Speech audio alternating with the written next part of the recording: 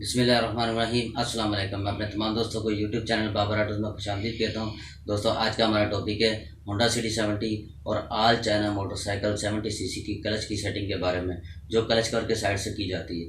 बहुत ही आसान तरीके से आप अपनी मोटरसाइकिल की खुद क्लच की सेटिंग कर सकते हैं। तो दोस्तों, वीडियो पूरी देखें बिना स्किप किए, ताकि आपको अच्छे से समझ आ जाए और आप अपनी मोटरसाइकिल बाइक की खुद क्लच सेटिंग कर सकें। तो नए आने वाले दोस्तों से रिक्वेस्ट है कि मेरे चैनल को सब्सक्राइब करें, साथ लगे बेल आइकन को भी प्रेस करें, ताकि मेरे नई आने वाली हर वीडियो का नोटिफिकेशन बआसानी आपको मिल सके। तो दोस्तों, टाइम को बचाते हुए चलते हैं अपने काम की तरफ।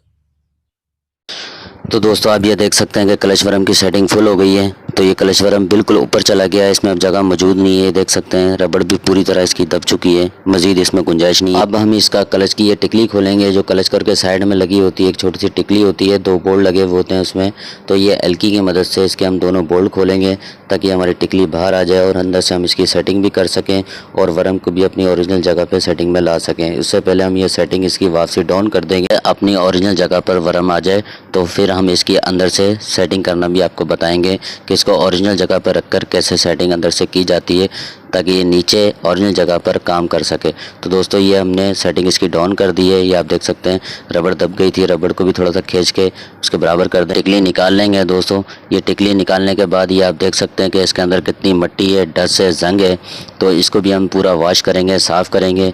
और ये इसके अंदर मैं आपको ये भी एक चीज़ बताता चलूँ कि दोस्तों, इसके अंदर जो सेटिंग होती है वो भी मैं आपको दिखाना चाहूँगा कि इसके अंदर कैसे सेटिंग की जाती है। तो ये आप देख सकते हैं कि ये जो 10 का एक नट लगा हुआ है और एक मुँह का पेचकस का एडजस्टर है इसके अंदर। तो यहाँ से एडजस्टमेंट होती है। उससे पहले हम इसकी क्लच की ये केबल निकालेंगे, ताकि ये हमारा वर्म बाहर आ जाए और हम इसका वर्म भी ग्रीसिंग करके इसको वॉश करके वापसी फिट कर सकें। और इसको वर्म को हम हल्का सा अंदर दबाएंगे और एक मुँह का छोटे पेचकस से इसकी ये पिन निकालेंगे। ये इसकी लॉक पिन होती है दोस्तों, ताकि ये वर्म बाहर ना आए। तो ये इसको रोक के रखती है। आप देख सकते हैं ये छोटी सी पिन है, ये निकालेंगे तो ये हमारा वर्म जो है बआसानी ये बाहर आ जाएगा। तो दोस्तों, ये वर्म की हालत आप देख सकते हैं। इसको भी हम वॉश करेंगे, साफ़ करेंगे। बिल्कुल वॉश और साफ़ करने के बाद फिर इसकी फिटिंग शुरू करेंगे और इसके अंदर से भी सारी सेटिंग करना ये आपको बताएंगे। तो दोस्तों, आप ये देख सकते हैं कि हमने ये पूरा वॉश कर दिया है सारा। तो अब इसके बाद हम ये क्लच वर्म है और इसका ये स्प्रिंग है, स्प्रिंग हम इस तरह बिठाएंगे। इसका ये देख सकते हैं इस तरह हम स्प्रिंग बिठाएंगे। स्प्रिंग बिठाने के बाद हम वर्म को ग्रीस करेंगे और अच्छी तरीके से ग्रीस इसको करेंगे। ग्रीस लगाना इसके अंदर बहुत ज़रूरी है, वो इस वजह से कि गाड़ी का क्लच जो है वो नरम रहे। क्लच जो जाम होता है वो इसी वजह से होता है कि इसमें ग्रीस नहीं होती है, ये खुश्क हो जाता है। तो वर्म को अच्छी तरह ग्रीस करने के बाद हम ये पट्टियों को भी ग्रीस करेंगे, इसके अंदर जो सेटिंग और पट्टियाँ लगी होती हैं, ताकि ये पट्टियाँ भी हमारी ईजिली मूव हो सकें, स्मूथली चले, क्लच जाम ना हो। तो इसके वर्म वाली जगह पे भी हम हल्की सी ग्रीस लगाएंगे। उसके बाद दोस्तों, हम ये इसके अंदर क्लच वर्म बिठाएंगे। अच्छा, जब ये क्लच वर्म आप बिठाएं तो ये आप देखें कि इसका जो स्प्रिंग है ये इस तरह इसमें नक्के में बैठा होना चाहिए इस साइड से। और दूसरी साइड पे जो छोटा सा एक होल होता है, उसके अंदर आप एक मुँह के पेचकस से, ये हम आपको दिखा देते हैं कि एक मुँह के पेचकस से हल्का सा इसको दबाएंगे तो ये वर्म इसका अंदर बैठ जाएगा। तो ये बैठने के बाद हल्के से इसको चोट की मदद से अंदर कर दें। उसके बाद दोस्तों, यह वर्म हमारा बैठ चुका है। अब इसके अंदर हम लॉक पिन लगाएंगे। जो छोटी सी हमने एक पिन निकाली थी, ये पिन है वो, ये आप देख सकते हैं। तो ये पिन जो है हम इसके अंदर बिठाएंगे।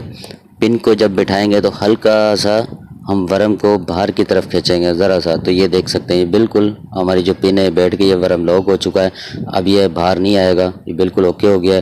तो दोस्तों, अब हम इसके अंदर जो है क्लच की केबल वापसी लगाएंगे। ये जो हमने निकाली थी, इस तरह हम क्लच की केबल वापसी इसके अंदर बिठाएंगे।